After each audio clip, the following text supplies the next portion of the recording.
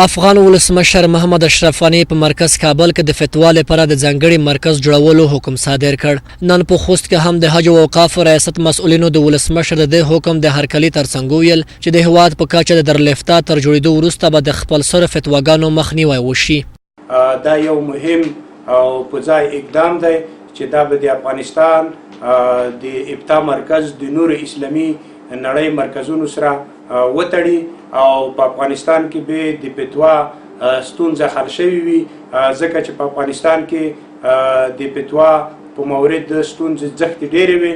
هر سړي به فتوا ورکوله او د فتوا مسؤلیت به نه احساسېده. په دې سره به د فتوا مرکز ځینې نور علما وایي پخوا به دوی د فتواو لپاره ګاونډي هیواد پاکستان او هندوستان ته تلل او هر څه به چې دوی د فتوا په برخه کې صدرول ورته د منلو وو. نوې فتوا دپاره چې د کوم ځای جوړېږي د اسلامي علما کرامو په خاطر باندې اول خو موږ ډېره مننه کوو. د دې نه مخته موږ فتوا د بل چا په خولې کوله، یعنی بل چا به موږ ته فتوا راکوله، په همغې فتوا باندې موږ عمل کولو. اوس دا الحمدلله ډېر شکر ځای دی چې په افغانستان کې داسې ځای جوړېږي چې همغې ځای نه به دوی فتوا صادریږي.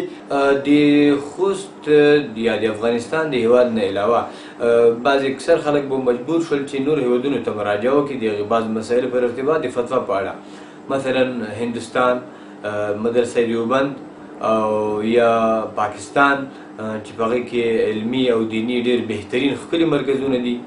دی ویلو دا چې دغه درلفتا مرکز نورې څانګې به د وخت په تېرېدو ولایتونو ته هم وغځول شي او زیاتره ستونزې به په خپلو ولایتونو کې علما حل کوي او په ځینو شرایطو کې به مرکز کابل لوی درلفتا ته لیږل کیږي. شیرین درمان، میلمه راډیو، خوست.